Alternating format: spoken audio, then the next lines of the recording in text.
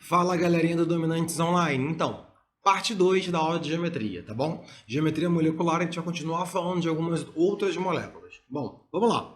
Só para lembrar o que a gente estava falando, para traçar as propriedades dos compostos, o que a gente não fez nessas duas últimas aulas ainda é um preparo para falar das propriedades dos compostos covalentes.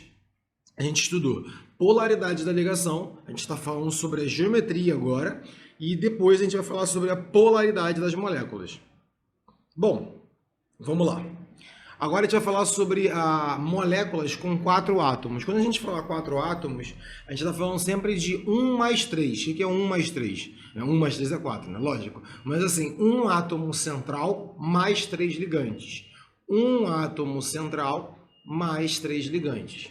E aí a gente tem o enxofre. Aí eu trouxe essa molécula, né, em específico, porque no caso do enxofre ocorre a expansão do octeto. A gente já viu isso na ligação covalente, nas aulas de ligação covalente. O enxofre, né, na verdade, ele vai fazer 3 ligações duplas, não é isso? Então ele vai ficar estável aqui, ó.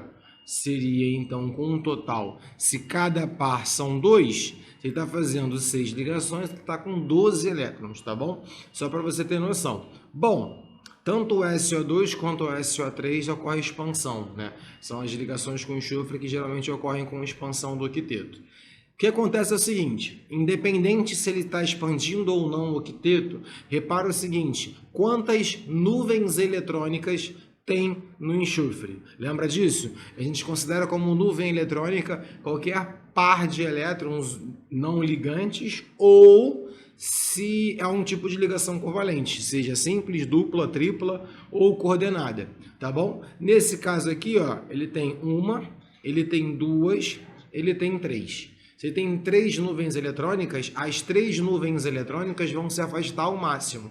Se você viu o exemplo do ozônio na outra aula, também tinha 3 nuvens eletrônicas. As 3 nuvens eletrônicas também se afastavam ao máximo. Só que uma das nuvens eletrônicas, no caso do ozônio, era de par de elétrons não ligantes. Aqui você vai ter, deixa eu melhorar o desenho para vocês, olha.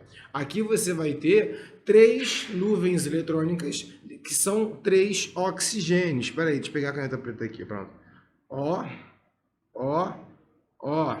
E aqui no meio você tem o enxofre. Se você tem 3 nuvens eletrônicas e 3 ligantes em si, você está ao máximo afastado possível. Então aqui, ó, a angulação entre eles, até porque a ligação é do mesmo tipo em cada um deles, é de 120 graus. E a geometria não é mais linear nem angular. Ela forma um triângulo, então ela é trigonal ou trigonal plana. Também você pode escutar como trigonal planar. Sempre que for um átomo central mais 3 ligantes e nesse átomo central não sobrar elétrons, tá bom? Acontece também bastante nas ligações covalentes com o boro, tá? Não sobrar elétron, o que você tem é um composto que tem a geometria trigonal, tá? Vai estar ao máximo afastado possível. Beleza? Então, olha só. Tá, Bruno, então agora eu quero que você me dê um exemplo, já que você está falando sempre sobre par de elétrons, quando tem 4 átomos, mas sobra par de elétrons. Aí vem a nossa querida amônia. Como é que a gente vai desenhar a amônia? Veja bem, a amônia é o nitrogênio, né? Nitrogênio da família 5A. 5A, família ou grupo 15, significa que na camada de valência ele tem 5 elétrons. Beleza. Se tem 5 elétrons na camada de valência, para chegar a 8 ele precisa fazer 3 ligações.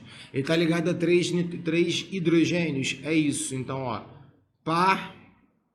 Isso quando a gente desenha ele, né, em 2 dimensões, não é isso? E aí sobra um parzinho de elétron.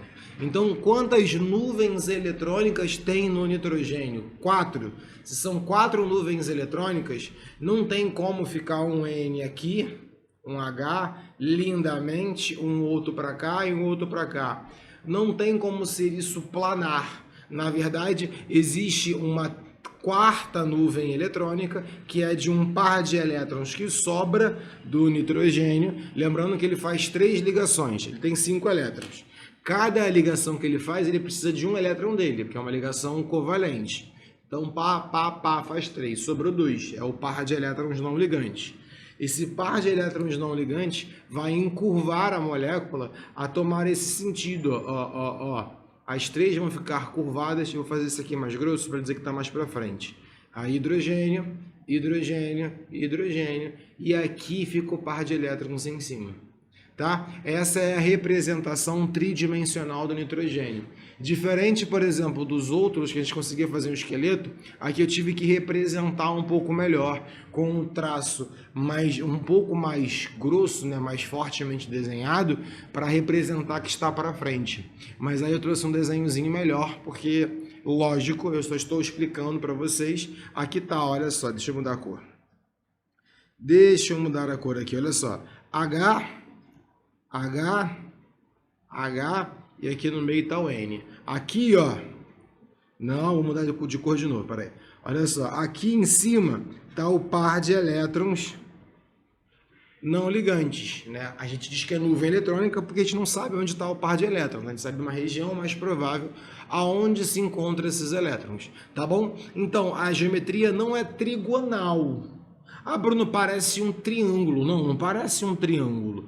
Triângulo é uma figura plana. Isso parece um prisma, né? Uma pirâmide, tá? Ou um tripé. Agora a gente está na geração internet, né? A gente parece um tripé. É, um tripé de câmera, não é isso? Olha lá, um tripézinho aqui, onde aqui você poderia apoiar. Lembrou do tripé? Sem pensar em nada mais para cima, como se fosse um par de elétrons não ligantes, você está falando da geometria piramidal, tá bom?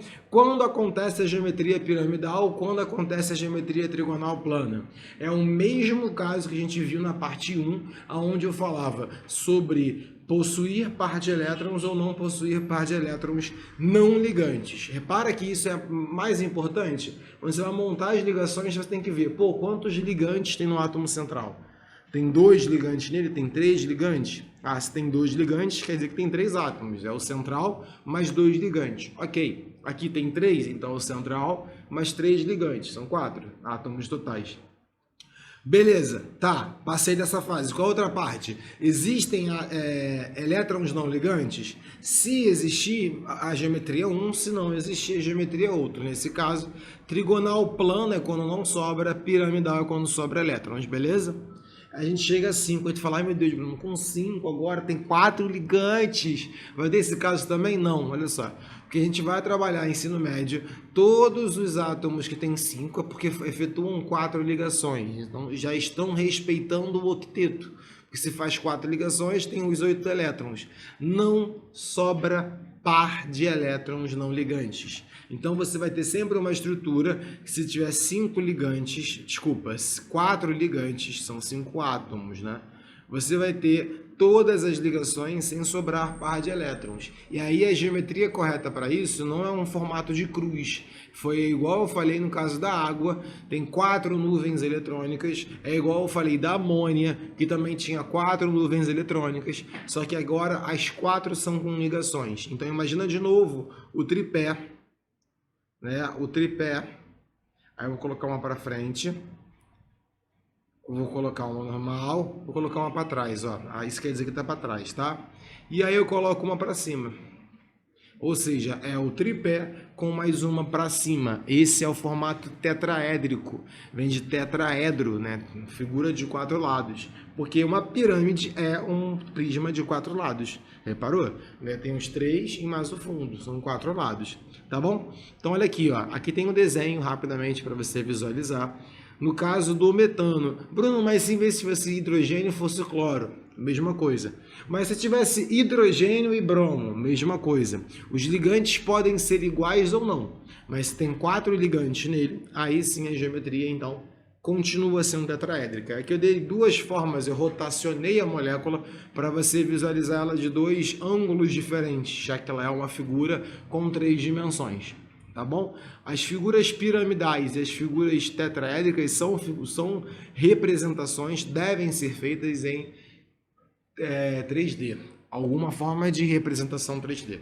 Tá bom? Beleza? E aí vem o recado que eu falei. Quando a molécula é formada por um central mais 4 ligantes, a geometria sempre será tetraédrica. Então a gente fecha sabendo que existem a geometria, estou estando aí em linear, angular, a geometria trigonal plana, a geometria piramidal e por último a gente acabou de ver a geometria tetraédrica, tá? Essas são as principais geometrias para nossos compostos. Existem geometrias maiores para compostos maiores, mas não vem ao caso, beleza? Povo, beijos, até a nossa próxima aula e vou ficando por aqui. Fui!